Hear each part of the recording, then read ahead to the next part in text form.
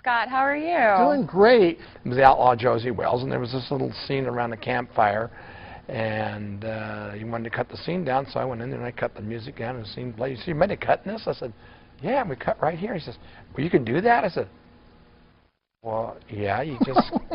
He said, well, we always had this mess and a bad cut. And I said, well, I just...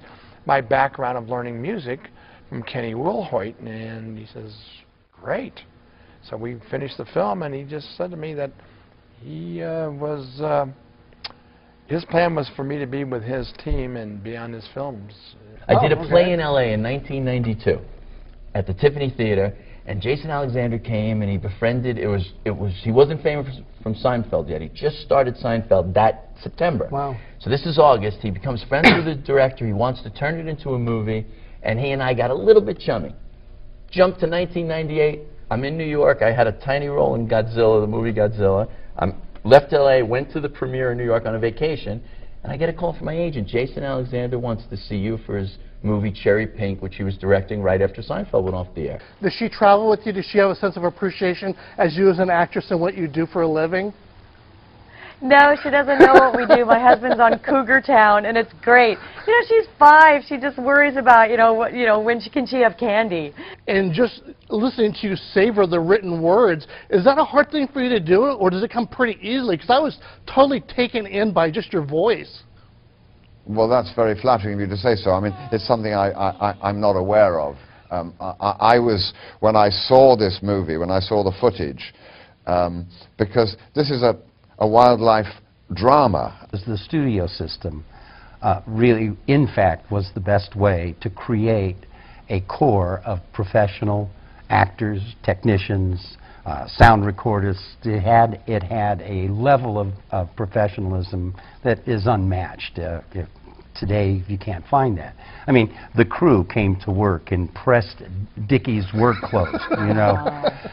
The edit is the last rewrite of the script, and it is. Very true. Do you sometimes go a little crazy once you're out there now? Oh, I gotta shoot this. I gotta shoot this. Well, it's not a bad idea to do it, because if you're austere and you say, I'm only going to do this, this, and this, and you go in the editing room and you want to go back, you can't. Right. Or it's going to cost you a lot of money. And try telling the producer that you want to go back. What? Why didn't you do it right the first time? It's a lot more expensive to go back. Reshoots or additional scenes cost a lot more than doing it right the first time. I want to search and siege this film because seeing an actress behind the camera, to me, says a lot in working with actors. Can you tell me about Just Pray for a few minutes? Yeah, it was a short film that I did about, I think about six years ago, I want to say, and it was a little passion project of mine. I always wanted to get behind the camera. It was written by a dear friend of mine who we both produced it together, and it was a film that, it was a great experience. There was an open call for the movie A Bronx Tale. Robert De Niro was looking for... My favorite actor.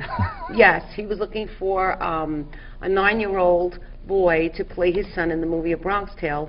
I took my son, and after my daughter, I had a son, and my life, I was living my life, but I still knew that I was going to be an actor. I took my son on that open call, and I realized that there was an open call for the mother, which I didn't know the mother was the wife of De Niro, but it was.